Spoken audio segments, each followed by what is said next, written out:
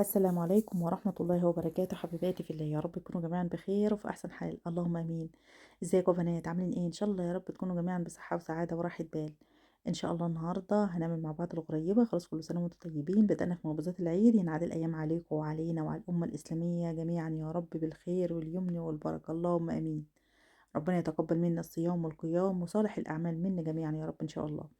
تعالوا نقول بسم الله ونشوف عملنا الغريبة بتاعتنا ازاي. مكوناتها سهلة جدا جدا يا بنات، وإن شاء الله هتعملي أحلى غريبة.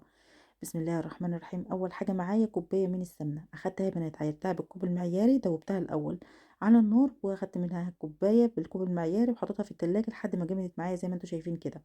بعد كده ضربتها في الخلاط، في الخلاط ضربتها في العجان زي ما انتم شايفين كده. وبعد كده هنزل معاها لما هي تضرب كويس جدا، هنزل معاها بنص كوبايه من السكر ومعلقتين كبار من اللبن البودر. لو متوفر عندك ضيفيه، مش متوفر عندك ممكن تستغنى عنه خالص. وهنضربهم كويس جدا مع بعض. اتمنى ان شاء الله النهارده الوصفه تنال اعجابكم. ولو عجبتكم يا بنات الوصفه النهارده والفيديو، فضلا وليس امرا ما تنسيش تضغطي على اللايك. ولو انت لسه جديده وبتشوفي قناتي لاول مره، اضغط على الزر الاحمر تحت الفيديو، اضغط اشتراك وفعلي كلمه الكل عشان يوصلك منا كل جديد بنقدمه. واهلا وسهلا بكم جميعا. زي ما انتم شايفين كده وانا بضربها، كنت من وقت للتاني دي سمنه وسكر واللبن البودر، بقلب كده الجوانب بتاعتها عشان كل المكونات تتخلط كويس جدا مع بعض. بصوا يا بنات، هنا حصل معايا حاجه، ان انا ضفت الدقيق بتاعي مره واحده. يعني هنا بعد ما ضربت السمنه والسكر واللبن البودر مع بعض، نزلت هنا بكوبايتين دقيق مره واحده. فطبعا الدقيق بيختلف من نوع لتاني، لان في دقيق فعلا بيشرب المواد الدهنيه وبيحتاج مواد دهنيه اكتر وسوائل اكتر، وفي دقيق لا. فالدقيق اللي عندي شرب امتص كل المواد السائله اللي عندي. واحتجت كمان ان انا اضيف كمان معلقه كبيره من السمنه. فانتي عشان تتفادي الخطوه دي، اعملي ايه؟ ضيفي كوبايه ونص من الدقيق الاول، وبعد كده نص كوبايه التاني ده انزلي بيه واحده واحده لحد ما تتكون معاكي عجينه طريه جدا. طبعا انت من الضرب السمنه بتكون خلاص دابت معاكي، طريت معاكي سخنه. فالعجينه بتكون طريه، ما تزوديش لها اي دقيق. حتى لو ضفت كوبايتين الدقيق وتلاقيتيها ان هي لسه طريه معاكي، ما تضيفيش لها اي دقيق. دخليها التلاجة لحد ما ترتاح، وابدأي شكلي فيها بعد ما ترتاح كده في التلاجة وتجمد معاكي. لو لسه بتلزق معاكي ضيفي لها معلقتين دقيق. ما كويسه معاكي في التشكيل، خلاص على كده شكليها. انما هي انا ضفت كوبايتين الدقيق مره واحده، فالدقيق شرب معايا المواد الدهنيه، واحتجت هنا ان انا اضيف معلقه كبيره من السمنه مع الكوبايه الاولانيه. هنا شايفين العجينه بقى الطريه ازاي؟ انا خدت منها شويه كده في ايدي وبدات ان انا اعجنها.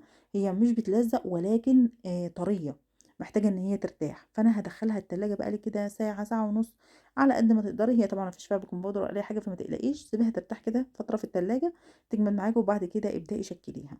انا بدأت بعد ما دخلتها التلاجة بدأت اخد قطعه كده وادمجها على ايدي كويس جدا لحد ما تتشكل معايا كوره بالشكل ده. الحجم طبعا اللي انت حباه وحجم الغريبه اللي انت تحبيه وتفضلي، لحد ما تخلصي كل الكميه اللي عندك. الكميه اللي عندي يا بنات كوبايتين الدقيق مع كوباية السمنة مع نص كوباية السكر البودر، عملت معايا صاج من صاج الفرن. انا هنا طبعا بخبزها على ورق خبز عشان تكون سهلة عندي لما اجي اخرجها من الصاج. لكن لو انت عندك الصاج الالومنيا في مخبوزات العيد يا بنات تحفة تحفة تحفة، حلو جدا في تسوية المخبوزات. لو متوفر عندك الصواني الالومنيا استعمليها في تسوية المخبوزات، حلوة جدا. لكن لو مش متوفر عندك زي حالاتي كده، يعني مثلا اكتر من صينية، استعملي صواني الفرن. ولكن استعملي ورق الخبز عشان تكون سهلة عندك لما تيجي تخرجيها من الصاج.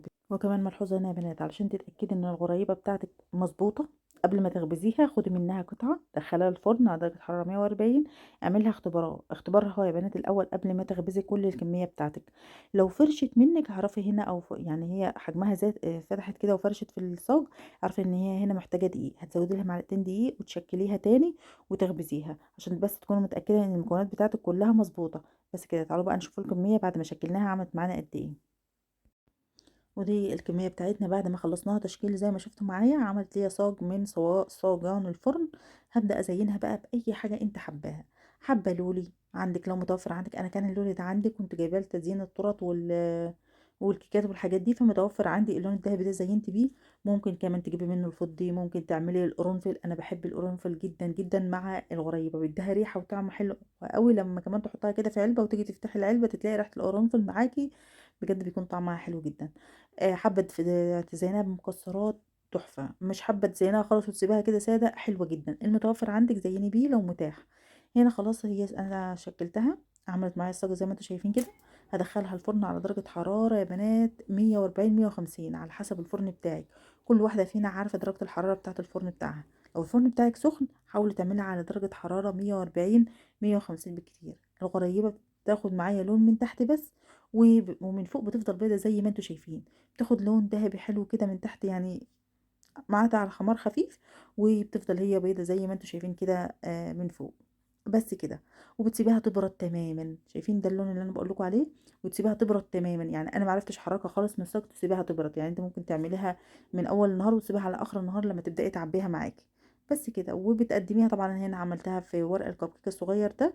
وبس كده. اتمنى النهارده الوصفه تنال اعجابكم يا بنات. ما تنسونيش من لايك وشير وسبسكرايب للقناه، واشوفكم ان شاء الله بخير وعلى خير في فيديو جديد ووصفه جديده وفي رعايه الله وحفظه. مع السلامه.